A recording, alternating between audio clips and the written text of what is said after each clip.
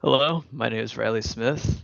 I'm working with Israel Sanchez, Andrew Thornton, and Robert Davidson on the 115 to 34.5 kilovolt Tusk Substation project. The purpose of this project is to distribute power between all the new residential development occurring around Razorback Road.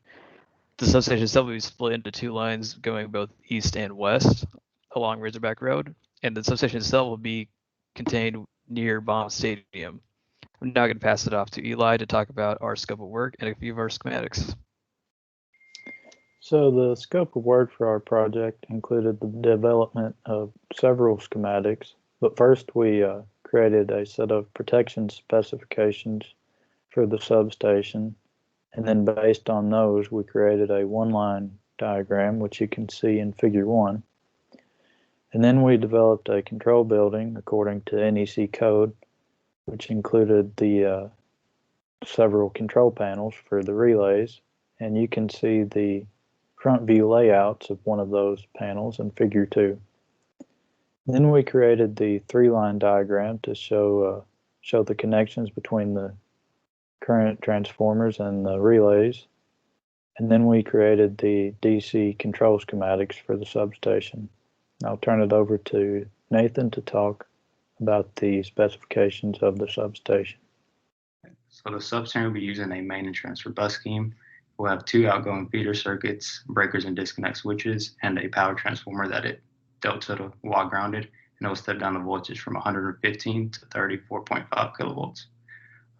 For our protection, there will be 3 zones of protection, and each will be using SCO relays. It's worthy to note that the last 2 digits on the SCO relays are the type of protection that is actually providing, which are called ANSI numbers. For our transformer protection, it will be utilizing 587, the 551, and the 351. For our bus protection, it will be using the SCO 487B, and for our feeder circuits, it will be utilizing the 351.